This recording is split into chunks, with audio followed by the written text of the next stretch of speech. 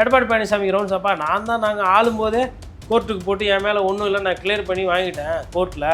இப்போ நீங்கள் தேடின்னு வந்தவங்களாம் தாவே கலக்கிறாங்க போய் அங்கே விசாரிங்கன்னு சொல்லி அனுப்பிச்சி விட்ருவாங்க. அப்போ யாருக்கு பதில் சொல்லணும் அப்படின்றத அவங்க செலக்ட் பண்ணிக்கிறாங்க. எல்லாருக்கும் பதில் சொல்கிறது எல்லாருக்கும் பேச பொருளாக இருக்குல்ல. தெளிவாக பண்ணிவிட்டு ஒரு சாங்கு ஒரு வைபு ஒரு பிரச்சாரம், ஒரு சாங்கு ஒரு வைபு ஒரு பிரச்சாரம், அப்புறம் அதில் பஞ்ச் லைனஸ். அதில் தான் இந்த கொத்து பரோட்டா சிக்கன் தரட்டா இப்படி, அப்புறம் என்ன டேஷு, அப்புறம் எனக்கு ஜனமா மனமானா அப்படின்னு அப்படி பேசுறது. அப்புறம் 10 ரூபா பாட்டில் மறந்துட்டு இப்போ புதுசாக இந்த பாட்டு ஓடு ஓடு ஓடு நிற்காம ஓடுவோம் வேட்டைக்காரன் அடுத்தாம வேட்டைக்காரன் தான். இப்போ இது இப்படியே தொடர்ந்து போகும்போது பிஜேபி ஓகே சரி ஆட்டெல்லாம் முடிச்சிட்டிங்களா, ஒரு 2 வருஷம் ஆண்டுட்டிங்களா, சரி யார் யார் மேலே என்னென்ன கேஸு இது எல்லாத்தையும் சட்டப்படி எடுத்து ப்ரொசீட் பண்ணுங்கன்னா என்ன ஆகும் நிலைமை? யாரெல்லாம் அமைச்சராக இருப்பீங்க? இல்லை அப்போ ஃபாஸ்ட்டாக பாஜக பார்த்துக்கலாம் எங்களை எதிர்க்கிறதுன்னு சொன்னாருன்னா எடுபடாதா? எடுபடாது. இல்லை எப்படி பாசிச பாஜக வந்து 2 விஜயபாஸ்கருக்கும் பாவம் பார்க்கணுமா? எல்லாம் நல்லா பெரும் பணக்காரர்கள் எல்லாம் சேர்த்துக்கிட்டு இது எப்படி பாசிச பாஜக பழி வாங்குதுன்னு சொல்லி ஏங்க சட்டப்படி அப்போ அப்போ அப்போ நீங்கள் செந்தில் பாலாஜி மீது பண்ணுறது என்னது? அது பழி வாங்குறது இல்லையா? வழக்கு யார் யாரெல்லாம் தப்பு பண்ணிங்களோ எல்லாம் தண்ணி குடிக்கணும். போங்க ஒரு 10 பேர் நானும் பார்க்குறேன் ஒரே நேரத்தில் ஒரு வருஷத்துக்கு ஒரு 2 கேஸு 3 கேஸு ஜெயிலில் போட்டு உள்ளே போடுவாங்க. இவங்க இனிமேல் அரசியலே பண்ண முடியாமல் வரும்னு பார்த்தா வரல. கடைசியாக பார்த்தது அம்மையார் ஜெயலலிதா கேஸு. விஜய் சார் நிறைய பேச மாட்டார், அமைதியாகவே இருப்பார். இவங்கெல்லாம் போய் எதுனா பேசும்போது அமைதியாக சரி ஏதோ கேட்குறாரு மனசில் ஏதோ ப்ராசஸ் ஆகும். அவரை பொறுத்தவரை நான் வாயத்தை வந்து பேச நான் கண்டுபிடிச்சிருக்கீங்க, நான் மனசில் ஒன்று இருக்குது அதை நான் நேரம் வரும்போது செய்வேன் அப்படின்னு எல்லாரும் போய் பேசுவோம். கூட்டணி அந்த அசிஸ்டன்ட் டைரக்டர்கிட்ட ஹீரோ கதை கேட்பாங்களா அதே மாதிரி இருக்கும். அடுத்து வேறு கட்சி கடைசியாக பிஜேபியே கட்சிக்கு கதை கேட்டதாக ஒரு தகவல். ஓ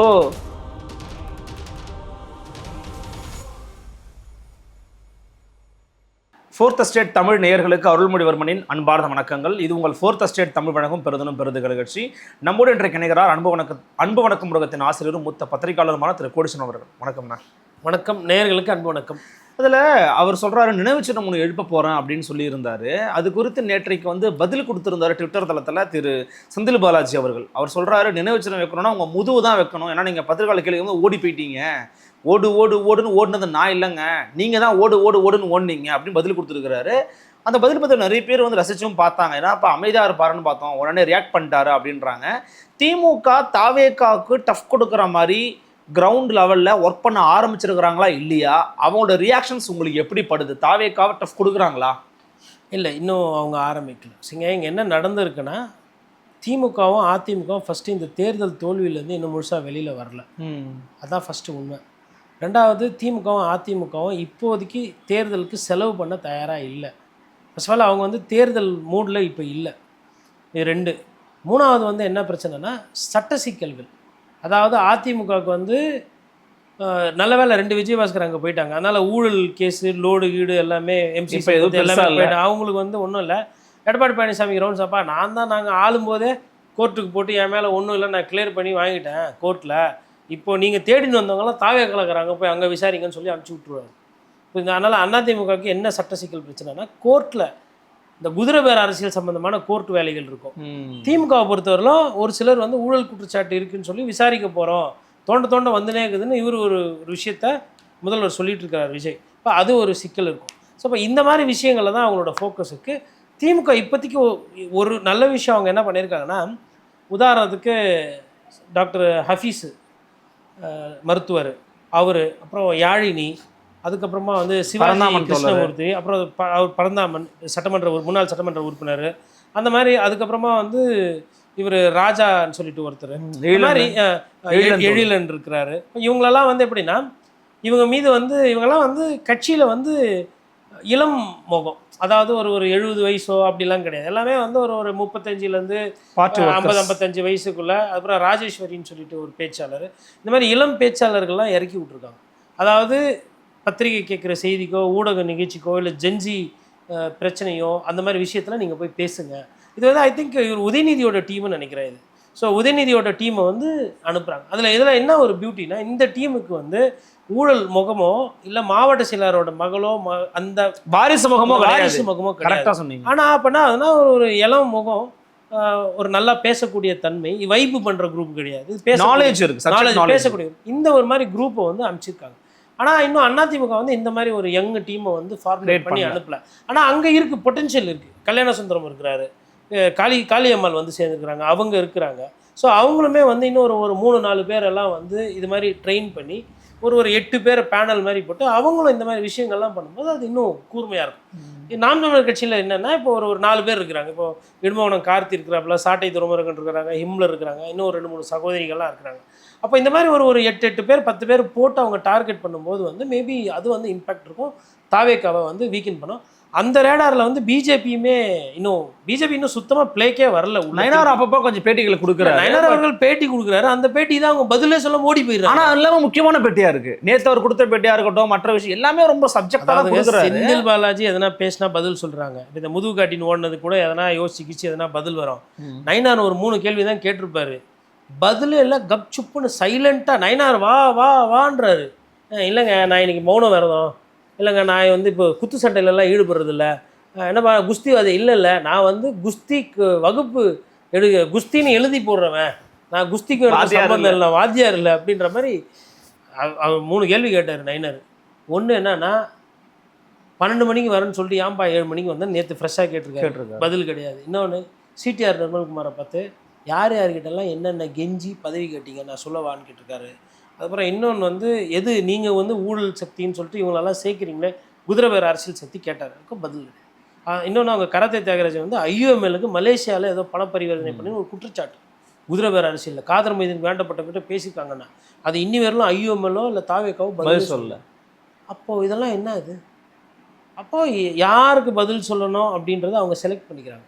எல்லாருக்கும் பதில் சொல்கிறது எல்லாருக்கும் பேசு பொருளாக இருக்குல்ல, தெளிவாக பண்ணிவிட்டு ஒரு சாங்கு ஒரு வைபு ஒரு பிரச்சாரம், ஒரு சாங்கு ஒரு வைபு ஒரு பிரச்சாரம், அப்புறம் அதில் பஞ்ச் லைனஸ், அதில் தான் இந்த கொத்து பரோட்டா சிக்கன் தரட்டா இப்படி, அப்புறம் என்ன டேஷு, அப்புறம் எனக்கு ஜன்னமா மனமானா அப்படின்னு அப்படி பேசுறது, அப்புறம் 10 ரூபா பாட்டில் மறந்துட்டு இப்போ புதுசாக இந்த பாட்டு ஓடு ஓடு ஓடு நிற்காம ஓடு ஓடு வேட்டைக்காரன் அடுத்தாமல் வேட்டைக்காரன் தான். இப்போ அடுத்தது வந்து இந்த அவர் இன்னொன்று நிறைய கண்டுபிடிப்புகள்லாம் கண்டுபிடிச்சார். கல்லாப்பட்டி கூட்டணி அவர் தான் கண்டுபிடிச்சார். ஆனால் இப்போ அந்த கல்லாப்பட்டி கூட்டணி யார் வச்சிருக்கிறது? கிட்டத்தட்ட அவர் வந்து ஒரு வாஸ்கோட காமாவாக பார்க்குறேன் நான்.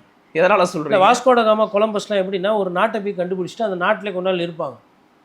இப்போ நீங்கள் இப்போ கேரளாவில் போனீங்கன்னா பார்த்தீங்கன்னா கொச்சியில் வாஸ்கோட காமா புதைச்ச இடம்லாம் இருக்குது இன்னும். அப்புறம் அங்கேருந்து எடுத்துன்னு போய் சொந்த ஊரில் போர்ச்சுகலில். ஆனால் அவர் அந்த இடத்த வந்தார், பார்த்தாரு, இது கண்டுபிடிச்சார், இது சொன்னார் அப்படின்லாம் ஒரு வரலாறு இருக்குது. அந்த மாதிரி கல்லாப்பட்டி கூட்டணி அப்படின்றது கண்டுபிடிச்சவர் விஜய் சார். விஜய் ஜோசப் விஜய் அல்ல, ஜோசப் விஜய் வாஸ்கோட காமாவென்றே அழிக்கப்படலாம். அப்படி கல்லாப்பட்டி கூட்டணி கண்டுபிடித்தவர் அவர் அந்த கூட்டணியை பாதுகாக்கிறார்ல. வாஸ்கோட காமா எப்படி அந்த மண்ணில் என்ன பண்ணணும் ஏது அதெல்லாம் ஆராய்ஞ்சி ஒரு சில விஷயம் பண்ணாரோ அதே மாதிரி அந்த கல்லாப்பட்டி கூட்டணியை பத்திரமா வேற எங்கேயும் சிதைஞ்சி போகாமல் உருண்டு ஓடி போகாமல் அந்த கூட்டணியை பத்திரமா இன்றைக்கி தாவேக்கா மாதிரி ஒரு கட்சியை வச்சு அரணா பாதுகாக்கிறார். இதுதான் ஒரு உண்மையான கன்சர்வேஷனிஸ்ட். இவங்கெல்லாம் வந்து இந்த வன பாதுகாப்பாளர் மாதிரி சொல்லுவாங்க, அது மாதிரி இவங்களாம் கூட்டணி பாதுகாப்பாளர். இப்போது வைகோ சார்லாம் வயசாகிடுச்சிங்க, நீங்கள் விட்டிங்கன்னா தாராந்து தொலைஞ்சு போயிடுவார். இந்த படம் பார்த்துருப்பேன் பீஸ்டில், அப்படி விட்றாதீங்க தொலைஞ்சிருவார். அவர் ஒருத்தர் போயிட்டு இந்த ஹீரோயின் கிட்ட இவர் சொல்லுவார் என்னை பார்த்தா தொலைகிற மாதிரி இருக்குது அப்படின்வார். அதே மாதிரி வைகோ சாரும் அப்படி தான். இப்போ நீங்கள் வந்து ஏன்னா அவர் உச்சக்கட்ட அரசியலில் பேசினே இருக்கும்போது மற்றவங்களாம் டைம் ஆயிடுச்சுன்னு போயிட்டோன்னா இவர் தொலைஞ்சிருவார். அதனால் வைகோ தொலைஞ்சிடக்கூடாது, அதனால் நீங்களும் வாங்க பத்திரமா வாஸ்கோட காமா கூட்டணிக்கு வாங்க அப்படின்ற மாதிரி கூட்டின்னு வந்து வச்சிட்டார். அப்போது வந்து ஒரு சிறந்த கன்சர்வேஷனிஸ்ட்டாக நான் பார்க்குறேன். ஒரு உண்மையிலே வந்து அரசியல் கட்சிகள் அழிந்து போகக்கூடாது அப்படின்ற அந்த எண்ணம் இருக்குது பாருங்கள் அந்த கல்லாப்பட்டி கூட்டணியில். அது வந்து இருக்குது. யாரை எதிர்க்கணும் யாரை அழிக்கணும் அவங்களெல்லாம் அழிக்கணும். நண்பர்களுக்கெல்லாம் பாதுகாப்பு ரட்சகர் அவர், ஒரு நல்ல புனித மேய்ப்பர் அவர். அதனால் எல்லாரையும் மேய்ச்சிக்கிட்டு இந்த கூட்டணியெல்லாம் பத்திரமா பார்த்துக்கிட்டு இருக்காங்க. குறிப்பாக நேற்றைய சம்பவத்தில் எல்லாரும் குறிப்பிட்டு பேசுனது அவர் வழங்கின அரசு பணி தொடர்பாக தான். அந்த அரசு பணி என்பது வந்து ஒரு கருணை அடிப்படையில், ஒரு கம்பேஷன் திங்கிங்கில், ஒரு எம்பத்தி அடிப்படையில் கொடுத்துருக்கிறாரு. அதை நம்ம விமர்சிக்க வேண்டாம்னு பல பேர் கடந்து போகிறாங்க. ஒரு சிலர் அது எப்படி கடந்து போக முடியும், டிஎன்பிசி எக்ஸாம் எழுதுறவங்க முட்டா பசங்களா, அவங்களுக்குலாம் வாழ்க்கை கிடையாதா அப்படின்னு கேட்குறாங்க. இது எப்படி புரிஞ்சுக்கலாம்? இதை பேலன்ஸாக நம்ம பார்க்கணுமா? உங்களுடைய பார்வை என்ன இதில்? இல்லை, என்னோட பார்வைன்னு தாண்டி நாம் தமிழர் கட்சி வந்து இது சம்மந்தமாக வழக்கு தொடர்றாங்க. அப்போது நாம் தமிழர் கட்சியில் இருக்கக்கூடிய வழக்கறிஞர்கள் என்ன சொல்கிறாங்க, வாதத்தை முன் வைக்கிறாங்கன்னா, வேலை கொடுக்கக்கூடாதுன்னு யாரும் சொல்லலை. எந்த அடிப்படையில் அப்போது ஒரு சில சட்ட திருத்தங்கள் வந்து வேலையை வந்து கொடுக்கணும்னு சொல்லுது. ஆனால் அதை எப்படி செய்யணும், என்ன முகாந்திரம், இதற்கு முன்னாடி இதற்கு சட்டம் இருக்கா, என்ன அடிப்படையில் பண்ணுறீங்கன்னு கேட்கும்போது அரசு தரப்பில் டக்கு என்ன சொல்லிட்டாங்கன்னா, நாங்கள் டெம்பரரியாக கொடுக்குறோம், நாங்கள் பர்மனெண்ட்டாக கவர்மெண்ட் சொல்லுது, கவர்மெண்ட்டு அது மாதிரி சொல்லுதுன்னும் போது அப்போ நீதியரசர் பார்க்குறாங்க, சரி ரைட்டு, அப்போ இது டெம்பரரி அந்த மாதிரினா நம்ம வெயிட் பண்ணி பார்ப்போம். அப்போ வந்து திருப்பி மறுபடியும் உங்கள் பேப்பர்ஸ் எல்லாம் எடுத்துட்டு வாங்க, உங்கள் நிலைப்பாடு என்ன, எந்தெந்த மாதிரி வேலைக்கெல்லாம் வந்து இனிமேல் டெம்பரரி பர்மனெண்ட்டு என்ன ஏதுன்னு அது வரலாம் வழக்கை வந்து தள்ளி வச்சிருக்கு. அதாவது அந்த வழக்கை ஆணை கொடுக்கறது வந்து நிறுத்தி வைக்கல. அரசோட கொள்கையில் நாங்கள் தலையிட விரும்பல. அதே நேரத்தில் என்ன அடிப்படையில் என்ன முகாந்திரம், இது என்ன திட்டம், என்ன ஏதுன்னு எடுத்துகிட்டு வாங்கன்னு சொல்லியிருக்கு. அப்போ அந்த வழக்கோட தன்மை இந்த இறுதி தீர்ப்பு வரும்போது பார்க்கணும். டெம்பரரி ஒர்க்கு கொடுக்குறதுன்றது அப்போ அதாவது ஒரு விஷயத்தை டெம்பரரியாக தான் செய்ய முடியுது, நியாயப்படி தர்மப்படி பண்ணால் அதை செய்யலாம் முறைப்படி. ஆனால் இவங்க வந்து குறுக்கில் போகிறதுனால தான் இது சிக்கல். இப்போ ஒரு ஜோதிடருக்கு போட்டிங்க அப்பாயின்மெண்ட்டு, அவரை காப்பாற்ற முடிஞ்சது அவங்களால? பேர் முதல் அமைச்சர், என் ஜோசியக்காரர் நான் அப்படி தான் போடுவேன், நீங்கள் என்ன பண்ணுறீங்களோ பண்ணிக்கோங்க, அவர் அப்படி தான் சோழி தான் விட்டுவார். அவர் வந்து நான் வந்து எனக்கு வந்து ராஜ மந்திரி மாதிரி அவர், அது பேர் என்னது, ராஜகுரு. ராஜகுரு மாதிரி அவர். பிரேமலதா சொன்னாங்க இல்லைங்களா, ராஜகுரு மாதிரி வச்சுக்கோங்க. என்னை யாரை கேட்குறது, அப்படி பண்ண முடியல. கூட்டணி கட்சிக்கெல்லாம் சொன்னவொன்னே யூ பக்கிள்ட் அண்டர் ப்ரெஷர், அதுக்கப்புறமா நீங்கள் அதை வித்ரா தானே பண்ணீங்க. நிறைய பேர் இவரை நம்பி போனவங்க அமைச்சர் ஆகலான்னு போகிறாங்க ராஜினாமா பண்ணிட்டு. அவ்வளோ சுழுவே கிடையாது அது. இன்னும் வந்து மெயின் பிக்சர் வரவே இல்லை பிஜேபி. இப்போ கூட பேசும்போது லைட்டாக அந்த பயம் இருக்குது, எங்கே பிஜேபி இதில் வந்து ஒருவேளை அவங்க ஒரு சில சரிங்க ஓப்பனாக பேசுவோம். இப்போ விஜய் சாரும் ராகுல் காந்தி சாரும் அவங்க சக்திக்கு அரசியல் பண்ணிட்டீங்களா தமிழ்நாட்டில்? ஆமாம். உங்கள் சக்திக்கு என்ன பண்ணீங்க? 108 தான் இருந்தது. 108 இங்கேருந்து 2 தூக்கி அங்கேருந்து 2 இப்போ வசூல் ராஜா படத்தில் ஆனால் ரூமு சின்னதாகுதுன்னு நினைக்காதண்ணே, இந்த சவரை வச்சு இதே எடுத்துக்குவோம், இந்த சவரை வச்சு எடுத்துக்குவோம், 6 7 8 லக்கி நம்பர் வந்துச்சு அப்படின்வார். யாரே கூட கருணா சொல்லுவார். ஆமாம், இவர் கருணா சாரம் சொல்லுவார், பிரபு சாரம் சொல்லுவார், ரைட்டா? அதேமாரி இவங்க என்ன பண்ணாங்கன்னா 108 கம்மி நினைக்காதண்ணே, காங்கிரஸ்லேருந்து 5 வந்துச்சு, இங்கேருந்து 2 தூக்குறோம், இங்கே 118 வந்துச்சு பாரு உங்கள் லக்கி நம்பர் அப்படின்ற மாதிரி போயிட்டுருக்குது. இப்போ இது இப்படியே தொடர்ந்து போகும்போது பிஜேபி ஓகே சரி ஆட்டெல்லாம் முடிச்சிட்டிங்களா, ஒரு 2 வருஷம் ஆண்டுட்டிங்களா, சரி யார் யார் மேலே என்னென்ன கேஸ் இருக்குதோ எல்லாத்தையும் சட்டப்படி எடுத்து ப்ரொசீட் பண்ணுங்கன்னா என்ன ஆகும் நிலைமை? யாரெல்லாம் அமைச்சராக இருப்பீங்க? இல்லை அப்போ ஃபாஸ்ட் பாஜக பார்ட்டிகளை எங்களை எதிர்க்கிறதுன்னு சொன்னாருன்னா எடுபடாதா? எடுபடாது. இல்லை எப்படி பாசிச பாஜக வந்து 2 விஜயபாஸ்கருக்கும் பாவம் பார்க்கணுமா? இந்த நாட்டில் வந்து நீதி நியாயம் யாருமே கேட்கக்கூடாது. ஏன்னா இவர் குட்கால பணம் வாங்கலை, சும்மா தமாஸ்க்கு போட்டால் கேஸ் அது. அதேமாதிரி இவர் ஆற்றுல மண்ணு திருட்டில் சொத்து அதிகமாக சேர்க்கலை, அதெல்லாம் சும்மா. ஏன்னா இவர் ஏழ்மையாக இருக்கிறார். வீட்டுக்கு போய் பார்த்தா கரூர் விஜயபாஸ்கர் சார் வந்து நம்ம விருதுநகரில் எப்படி தாத்தா காமராஜர் ஊடுக்குது, அதில் வந்து ஒரு பாய் மாதிரி ஒன்று இருக்கும், இப்படி படுத்துக்கினே இந்த இவ்வளோண்டு படுக்க இதில் தான் படுத்து எளிமையாக வாழ்ந்துட்டு இருக்கிறாரு. அப்படி எடுத்துக்கலாமா? எளிமையின் சிகரம் நீங்களாம். அப்புறம் ஐயா ஆதவர்ஜுனா வந்து நம்ம காலம் சென்ற கம்யூனிஸ்ட் தலைவர் ஐயா இவர் மாதிரி தான் இருக்கிறாரு, எடுத்துக்கலாமா? எல்லாம் நல்லா பெரும் பணக்காரர்கள் எல்லாம் சேர்த்துக்கிட்டு இது எப்படி பாசிச பாஜக பழி வாங்குதுன்னு சொல்றீங்க? ஏங்க சட்டப்படி அப்போ அப்போ அப்போ நீங்கள் செந்தில் பாலாஜி மீது பண்ணுறது என்னது, அது பழி வாங்குறது இல்லையா? வழக்கு யார் யாரெல்லாம் தப்பு பண்ணிங்களோ எல்லாம் தண்ணி குடிக்கணும், அவ்வளோதான். போங்க ஒரு 10 பேர் நானும் பார்க்குறேன், ஒரே நேரத்தில் ஒரு வருஷத்துக்கு ஒரு 2 கேஸு 3 கேஸு ஜெயிலில் போட்டு உள்ளே போடுவாங்க. இவங்க இனிமேல் அரசியலே பண்ண முடியாமல் வரும்னு பார்த்தா வரல. கடைசியாக பார்த்தது அம்மையார் ஜெயலலிதா கேஸு, அதுக்கப்புறம் அவங்க சசிகலா ஒதுங்கினாங்க. அதுக்கப்புறம் எங்கே எதுவுமே வரலையே. அதுக்கப்புறம் நீங்களாம் யாருமே ₹1 கூட திருடவே இல்லைல்ல, எல்லாம் அப்படியே ரொம்ப அருமையாக அழகாக அறவழியில் அரசியல் பண்ணுறீங்க, ஊழலே இல்லை அதுக்கப்புறமா. அதனால் BJP ஹேவ்ஸ் to come in to play. இந்த சீசனில் நான் சொல்கிறேன், பிஜேபி இந்த மாதிரி ஆளுங்க மேலாம் ரைடு பண்ணி உள்ளே போச்சுன்னா பிஜேபிக்கு ஆல்ரெடி கெட்ட பேர் தான், அட்லீஸ்ட் காங்கிரஸை படித்துக்கினதாக இருக்கும். சரி விடுங்க, எப்படியா இருந்தாலும் அவங்கன்னா அவங்களன்னா பிஜேபி சூப்பர் நான் பேச போகிறாரு, அமைதியாக இருக்கிற மாதிரி இருந்துட்டு மாடல் கோட் ஆஃப் கண்டக்ட் அறிவித்ததுக்கப்புறம் பிஜேபி அடிப்பார் விஜய் தன்னுடைய நண்பர் ராகுல் காந்திக்காக. அது வரையிலும் அப்படியே இருப்பார், அப்படியே சோகமாக இருப்பார். பாவம் இப்படி தான் ஸ்டாலின் சாருக்கே பண்ணிக்கிறாரு. ஓகே, பாவம் வீட்டுக்கு போய் பார்க்குறது, அப்புறமா 10 நாள் கழிச்சு பார்த்தா ஒன்ஸ் பொசிஷன் உக்காந்ததுக்கப்புறம் கொத்து பரோட்டான்றது. இந்த ஒட்டகம் எப்படி ஃபஸ்ட்டு வந்து எட்டி பார்க்கும், பாவமாக பார்க்கும், அப்படி அப்புறம் முதுகு வரும். அப்புறமா என்ன பண்ணுவோம், காலில் 8 வச்சு கூடாரத்துக்குள்ள வேறு ஓனரை தெத்தி விட்டு ஒட்டகம் கூடாரத்துக்குள்ள வந்துடும். அதே கதை தான் எடப்பாடி பழனிசாமிகிட்ட. அப்படி தானே ஃபஸ்ட்டு என்ன பேச்சு பேசுவோம், நம்ம ஒன்றா எல்லாம் பேசுவோம். அதிமுகவுக்கும் தாவேக்காக்கும் எதிரி யார்? திமுக. லீமா ரோஸ் போவ பேச கீச எல்லாம் நடந்ததில்ல. அப்புறம் என்னாச்சு, எடப்பாடி பழனிசாமி நிலைமை மோசமாச்சா? ஸ்டாலின் சார்கிட்டையும் அதே மாதிரி தானே. அதுக்கப்புறம் என்னாச்சு, மோசமாச்சா? இதே வேலையை பிஜேபிக்கும் பண்ணுவார். பிஜேபி கொஞ்சம் புத்திசாலித்தனமாக அவ்வளோத்துல விட மாட்டாங்க. ஏன்னா அதெல்லாம் பார்க்குறாங்கல்ல சாம்பிள் எல்லாம். இதுங்க என்ன எங்கே எப்படி ஏமாந்தாங்கன்னா, விஜய் சார் நிறைய பேச மாட்டார், அமைதியாகவே இருப்பார். இவங்கெல்லாம் போய் எதுனா பேசும்போது அமைதியாக சரி ஏதோ கேட்குறாரு, மனசில் ஏதோ ப்ராசஸ் ஆகும். அவரை பொறுத்தவரை நான் வாயை திறந்து பேச நான் கண்டுபிடிச்சிருவீங்க, நான் மனசில் ஒன்று இருக்குது, அதை நான் நேரம் வரும்போது செய்வேன் அப்படின்னு எல்லாரும் போய் பேசுவோம். கூட்டணி அந்த அசிஸ்டன்ட் டைரக்டர்கிட்ட ஹீரோ கதை கேட்பாங்களா, அதேமாதிரி அடுத்து வேறு கட்சி. கடைசியாக பிஜேபியே கட்சிக்கு கதை கேட்டதாக தகவல். லாஸ்ட்டில் வந்து பேசுபொருள் இருந்ததுங்களா, பவன் கல்யாண் மூலயமா பேசிக்கிட்டு இருக்கிறாங்க அப்படின்னு.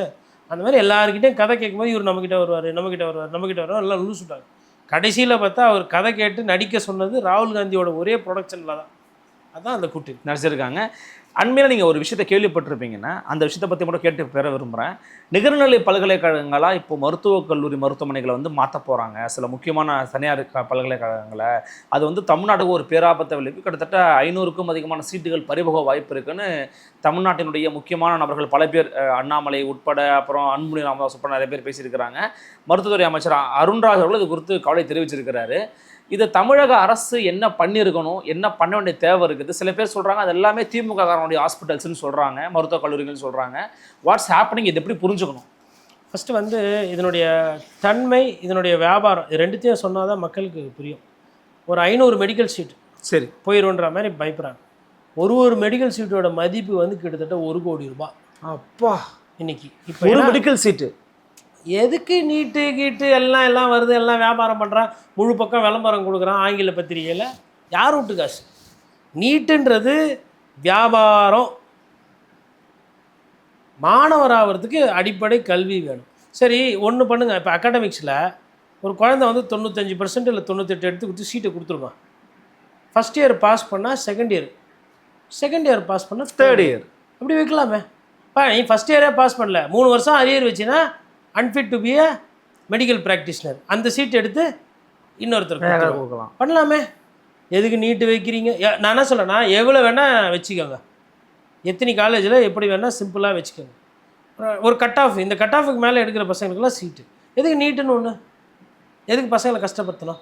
அப்போது ஒரு மெடிக்கல்ஸ், அதாவது நான் சொல்கிறது எம்பிபிஎஸ் படிக்கிறதுக்கே, அதுக்கப்புறம் அவங்க எம்எஸ் பண்ணோம், டிபார்ட்மெண்ட் ஸ்பெஷலைசேஷன் பண்ணோம், ஆர்த்தோ போனோம், சர்ஜன் ஆகணும், இல்லை அதுக்கப்புறமா வந்து இன்னும் போஸ்ட் கிராஜுவேஷன்ஸ்லாம் போய் படிக்கிறாங்கன்னா எங்கேயோ போகும், கோடி கணக்கில் தான்.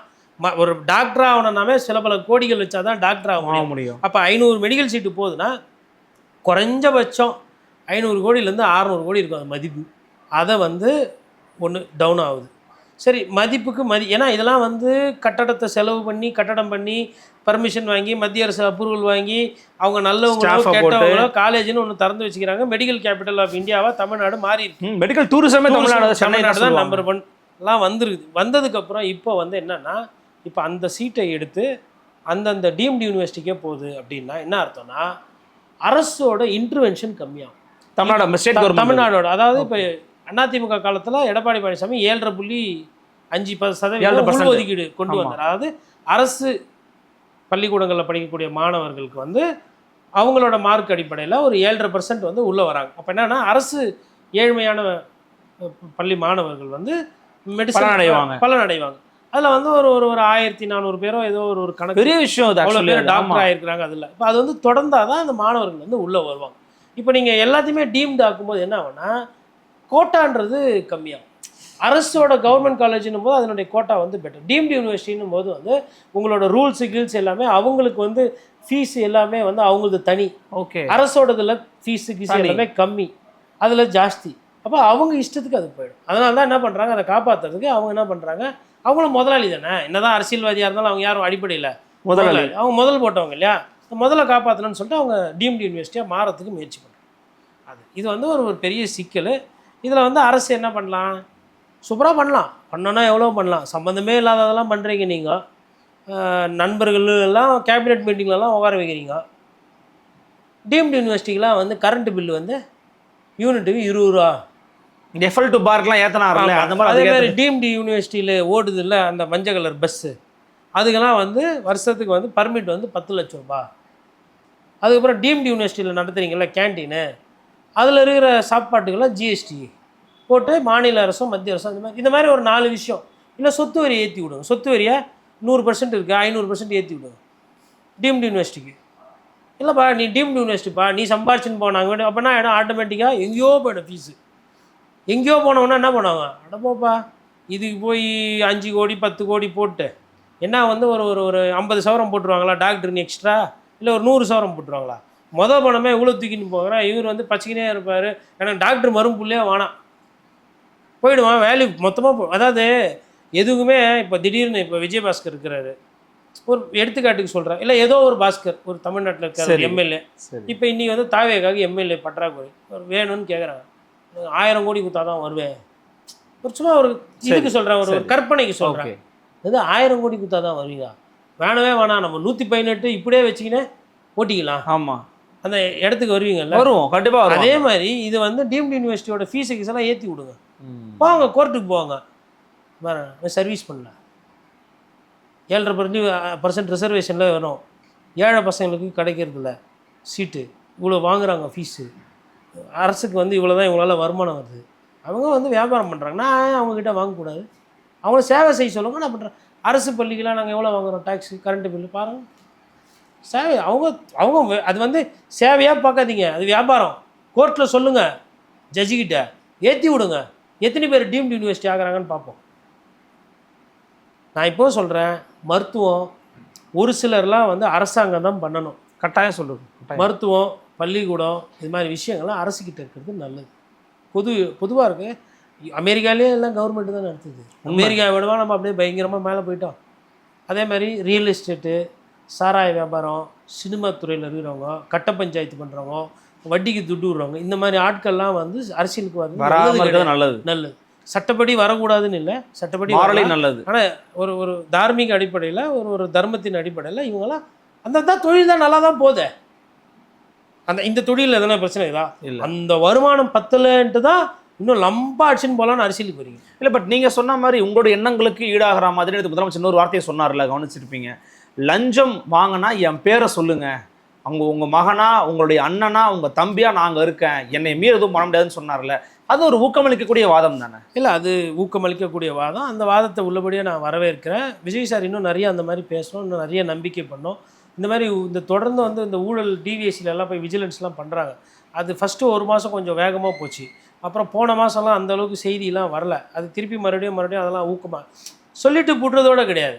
தமிழ்நாடு பூரா ஒரு 500 இடத்துல ரெய்டு, 1000 இடத்துல ரெய்டு, ஒரு 200 பேர் சஸ்பென்ஷன், அப்படி வரட்டும். அப்படி வந்தால் மக்களுக்கு வந்து உங்கள் மேலே ஒரு நம்பிக்கை நல்ல பேர் வரும், மக்கள் தானே அதனால் பயன்பெற போகிறாங்க. ஏன்னா அதாவதுங்க சின்னதாக தவறுகளை தடுத்துட்டு பெருசாக இவங்க ஏதோ வேலை பண்ணுறாங்களோன்னு எனக்கு ஒரு சந்தேகம் இருக்குது. ஒன்று ஏன் அப்படின்னா இவங்க சேர்க்கக்கூடிய ஆட்களுடைய தன்மை அப்படி, எல்லாரும் ஊழல் பிரச்சனைகளாக தான் இருக்கிறாங்க பெரும்பாலும். அப்படி இருக்கும்போது ஒரு சைடு வந்து மக்களுக்கு வந்து நல்ல கருத்தாக சொல்கிறீங்க, நேற்று சொன்னது நல்ல கருத்து, ஆனால் நீங்கள் சேர்க்கிற ஆளெல்லாம் பார்த்தா கொஞ்சம் சந்தேகமாக இருக்குது, கோளாறாக இருக்குது. இப்போ வந்து இப்போ நீங்கள் ஒருத்தர் தம்பியை கூட்டின்னு வரீங்க, நான் வந்து உங்ககிட்ட சொல்கிறேன், இப்போ வீடு வந்து கொஞ்சம் அடிக்கடி வெளியில் போகிறோம், பார்த்துக்கிறதுக்கு நல்ல ஒரு காவலாளி, ஒரு வாட்ச்மேன் வேணும்னு நான் உங்ககிட்ட கேட்குறேன் அருள்கிட்ட. உடனே நீங்கள் என்ன பண்ணுறீங்க, அண்ணா இது மாதிரி இவர் பேர் மாடசாமி, ஒரு நல்ல காவல்ண்ணே, ஆள் பாருங்க, நல்லா ஆளைப்பாரு, சைஸப்பாரு, வாட்டத்தைப்பாரு, ஹைட்டப்பாரு, வெயிட்டப்பாருலாம் சொல்லுங்க. உடனே நான் என்ன பண்ணுறேன் அந்த மாடசாமிகிட்ட, நீங்கள் என்ன ஏன் பண்ணீங்கண்ணே, இல்லை சார் ஃபஸ்ட்டு வேறு மாதிரி இருந்தேன், இப்போ வேறு மாதிரி இருக்கிறேன் அப்படின்றான்னு வச்சுக்கலாம். நான் உடனே அப்புறம் என்னப்பா வேறு மாதிரினா என்ன மாதிரிப்பா, இல்லை சார் நல்லா இந்த செயின் ஸ்நாச்சிங்லாம் வயசில் நல்லா பண்ணுவேன் சார் நான், அப்புறமா வந்து செட்டாக வரல, ரேபிடோலாம் ஓட்டினேன் கோலாராஜி, அதனால் வந்து இப்போது செக்யூரிட்டியாக போயிடலான்னுக்கிறேன் அப்படின்னீங்க. நான் என்ன பண்ணுவேன், அருளை பார்த்து திரும்பி முடிப்பேன், இப்போ அருள்மொழி வர்மா உன் பேர் உன்னோட இதுக்கு வந்து நான் ஏதோ நீ நம்பி கேட்டா வாட்ச்மேனா ஹைட்டாக வெயிட்டாக சைஸாக இருந்தால் நல்லது தான். ஏன்னா நிறைய பேர் வாட்ச்மேனாக இருக்கிறவங்க பார்த்தீங்கன்னா எல்லாம் வயசானவங்க, அவங்கள காப்பாற்றுறதுக்கு வீட்டாளுங்க வேணும். ஆமாம், அவங்கள காப்பாற்றுறதுக்கு வீட்டாள் வேணும், அந்த மாதிரி தான் வராங்க. வாட்ச்மேன் அப்படின்னு குரல் சத்தமாக இருக்கும், அங்கே பார்த்தா ஒருத்தர் அப்படி ஸ்லோ மோஷனில் வருவார், அவருக்கே ஹார்லிக்ஸு குளுக்கோஸ்லாம் கொடுக்குற மாதிரி இருக்கும். இப்படி தான் இருக்கிறாங்க நிறைய இடத்துல வாட்ச்மேன். நான் கேட்ட உடனே அருள் என்ன பண்ணுறீங்க, சூப்பராக எடுத்துகிட்டு வந்து நிறுத்துறீங்க. எப்போ உன் பூர்வீகம் என்னப்பான்னா, நான் வந்து இப்போ நான் போர் வச்சா செயினுக்கு மோதிரம் என்ன கச்சா வச்சு விற்றுருவேன் சார். அதனால் உங்கள் வீட்டில் கூட யாருன்னா வந்தாங்கன்னா அந்த சப்ஜெக்ட் பாரு கண்டுபிடிச்சிடுவேன் சார். இவன் செயின் திருடுறவன், இவன் பியூரோ புல்லிங் அப்படின்னு எனக்கு என்ன வரும், என்னடா இது என்கிட்ட இருக்கிறத பாதுகாக்குது. அது சம்மந்தமான பார்க்கும்போது ரொம்ப டெக்னிக்கலாக கரெக்டாக இருக்க மாதிரியே இருக்கும். இவர் வந்து திருடர், இவரும் திருடனா இருந்தவர், இவர் திருட்டை ஒழிச்சிருவாருன்னு சொல்லிட்டு திருட்டை ஒழிக்கிறேன்னு சொல்லிட்டு இவரே திருப்பி வீட்டில் இருக்கிறத ஆட்டையை போட்டுன்னு போயிட்டாருன்னா போலீஸ்கிட்ட போய் சொன்னேன், மாடசாமி என்ன பண்ணியிருந்தார். இல்லை சார் முன்னாடி செயின் ஸ்நாச்சிங்லாம் பண்ணியிருந்தாப்புல, திருந்திட்டாருன்னு சொன்னாப்புல, இந்த அருள் தான் கூட சொன்னார். அப்போ இன்ஸ்பெக்டர் என்ன கேட்பார், உங்களுக்கு அருள் இருக்கா கேட்பாரா கேட்க மாட்டாங்க. அதே மாதிரி இப்போ இங்கே இந்த வருவோம், இந்த சினாரியோ வாட்ச்மேன் சினாரியோ. இப்போ ஊழலை ஒழிக்கிறேன்னு நீங்கள் சொல்கிறீங்க, ஆனால் ஊழல் குற்றச்சாட்டு ஆளெல்லாம் கூட்டின்னு வந்து கட்சியில் சேர்த்துக்கிறீங்க. இந்த வாட்ச்மேனுக்கு அது மாதிரி இல்லைங்க, முன்னாடி குட்கா கேஸில் பேர் இருந்தது, இப்போ இல்லை. இவர் முன்னாடி மண்ணுத்தூர் இப்போ இல்லை, இவர் முன்னாடி லாட்ரி இப்போ இல்லை. இப்போ நாளைக்கு இவங்கெல்லாம் தப்பு பண்ண மாட்டாங்கன்றதுக்கு யார் கேரண்டி? சரி, அவங்கெல்லாம் அவங்க மீது குற்றச்சாட்டே இருக்குது, அதெல்லாம் இல்லை. ஆனால் சொல்கிறேன், நாட்டில் எல்லாம் டேலண்ட்டுக்காக பஞ்சம் இல்லை, நாட்டில் வந்து ரிசோர்ஸ்க்கு பஞ்சம். அவங்க கட்சியில் ஆளுக்கு தான் பஞ்சமா? ஆமாம். இப்போ ரமேஷை அமைச்சராக போட்டாங்க, எல்லாரும் வந்து ஒரு ஐயங்காரை எப்படி போடலாம், ஐயர் எப்படி போடலாம், இந்து வரணத்துக்கு கச்சா முச்சான்னு இப்போ ஐயா வீரமணி திராவிடர் கழகம் அவனை பொங்குறாங்க. நாட்டில் இப்போ இதுதான் பெரிய பிரச்சனையா என்ன? இப்போது ஏன் பிராமின் ஒருத்தர் நல்லவராக இருக்க மாட்டாங்களா? எல்லாருமே மோசமாக தான் இருப்பாங்களா? பிராமணித்துவம் தான் தப்பு, பிராமின் தப்பு கிடையாது. அப்போ ஒரு பார்வை குறுகிய பார்வையில் பார்க்காதீங்க, பதறீங்க. ஏன் நல்லா தானே போயிட்டு இருக்குது அந்த துறை, என்ன பிரச்சனை? நீதிமன்றமே நீங்கள் பாராட்டியிருக்காங்க, பல ஆக்கிரமிப்புகளை வந்து தூக்கியிருக்காங்க, பாராட்டியிருக்காங்க இந்து சமயம். அது சொன்னீங்க. அதில் இப்போ கரூருக்கு வரேன். கரூரில் வந்து அங்கே இருக்கக்கூடிய கோயில் நிலங்களெல்லாம் அந்த பட்டாலாம் கொடுக்கணும்னு சொல்லி இப்போ நேற்று வந்து ஏதோ ஒன்று சர்க்குலேட் ஆகி ஓடிக்கிட்டு இருக்கு. அதே மாதிரி ஜியோ வந்து வெளியிட்டிருக்காங்க. நான் ஜியோ இன்னும் எனக்கு கைக்கு வரல. சரி, வெளியிட்டாங்களா இல்லை சர்க்குலர்னு தெரியல. எதுக்குன்னா தேர்தல் வருது இல்லையா, அதனால் அங்கே இருக்கிறவங்களாம் கோயில் நிலத்தில் இருக்கிறவங்களுக்கெல்லாம் அந்த இடத்த வந்து அப்படி அப்படியே பட்டா போட்டு கொடுத்துட்டா அதை வந்து கோரிக்கையாக கூட நேற்று கரூர் விஜயபாஸ்கர் வச்சார். அதை வந்து செஞ்சு கொடுக்குறாங்க. எதுனா ஓட்டு வாங்குறதுக்கு. இப்போ நான் என்ன கேட்குறேன்னா, இதே மாதிரி தமிழ்நாடு பூரா எவ்வளோ கோயில் இடம் இருக்குது, எத்தனை பேர் இருப்பாங்க, லட்சக்கணக்கில் கோடி கணக்கு. இவங்களுக்கெல்லாம் இப்போ பண்ணி கொடுப்பீங்களா? கேவலம். அப்போ உண்மையிலே ரொம்ப தைரியமாக இருக்கிற ஆள்லாம் பண்ணுற வேலையா இது? ஒரு சைடு வேலை வாய்ப்பு தூக்கி கொடுக்குறீங்க, அதாவது ஓட்டுக்கு காசாரான சிஎம் கொடுக்கும்போதே கண்ணீர் வடிச்சிட்டாரு, அவர் மேலே சாய்ஞ்சு அழுகுறாங்க. நம்ம கேள்வி கேட்டால் அதை சொல்கிறாங்க, எங்க அழுதாருங்க சிஎம், அப்போ கூட உன் மனசில் ஈரம் இல்லையா? Okay right. அவர் அழுகணுன்றதுலாம் யாருமே கேட்கலையா? அவர் ஏன் ஓடினாருன்னு தான் கேட்டாங்க. அவர் அழுதாது யாருன்னா கேட்குறாங்களா? ஏன் ஓடினாரு கரூர்லேருந்து தான் கேள்வி. சரிங்க, அவர் சிரிச்சே பார்த்து உங்களுக்கு பழகம். நீங்கள் இந்த துல்லாத மனம் படம் பாருங்கள், அதில் கூட தான் அழுதுருப்பார் பாத்ரூமில் உட்காந்துன்னு. ருக்குன்னு ஒரு கேரக்டர் சிம்ரனுக்கு வேண்டி தேங்கி தேங்கி அழுவார் இந்த படத்தில். அது மாதிரி அவர் அதெல்லாம் பாருங்கள், அந்த படம் லவ் டுடேல அழுதுருப்பார். என்னமோ அவர் அழுவாதவர் இப்போ தான் அழுகுற மாதிரியா? ஆனால் அவர் அழுவலாம், அதுக்கு தகுதி தான். ஏன்னா மக்கள் இறந்துருக்குறாங்க. நானே வெளியூருக்காரன், நான் போய் பார்த்துட்டு நானே அழுதுட்டு தான் வந்தேன் கண் எதிரில். அந்த மாதிரி ஆனதெல்லாம் பார்த்து யாராக இருந்தாலும் அழ வரதானே செய்யும், ஏன்னா நடந்த சம்பவம் அப்படி. ஸோ ஒரு பலாபலனை பார்த்து தான் இவங்க எல்லா வேலையும் பண்ணுறாங்க. எல்லாமே கால்குலேட் பண்ணி நடக்கிற வாக்கு அரசியல். பார்க்கலாம், பொறுத்து வந்து பார்க்கலாம். பல விதமான கேள்விகளுக்கு ரொம்ப நிதானமாக பொறுமையாக பதில் அளிச்சிங்க. மிக்க நன்றி. நன்றி. நன்றி. இன்னும் சந்திக்கலாம் நண்பர்களே. வணக்கம்.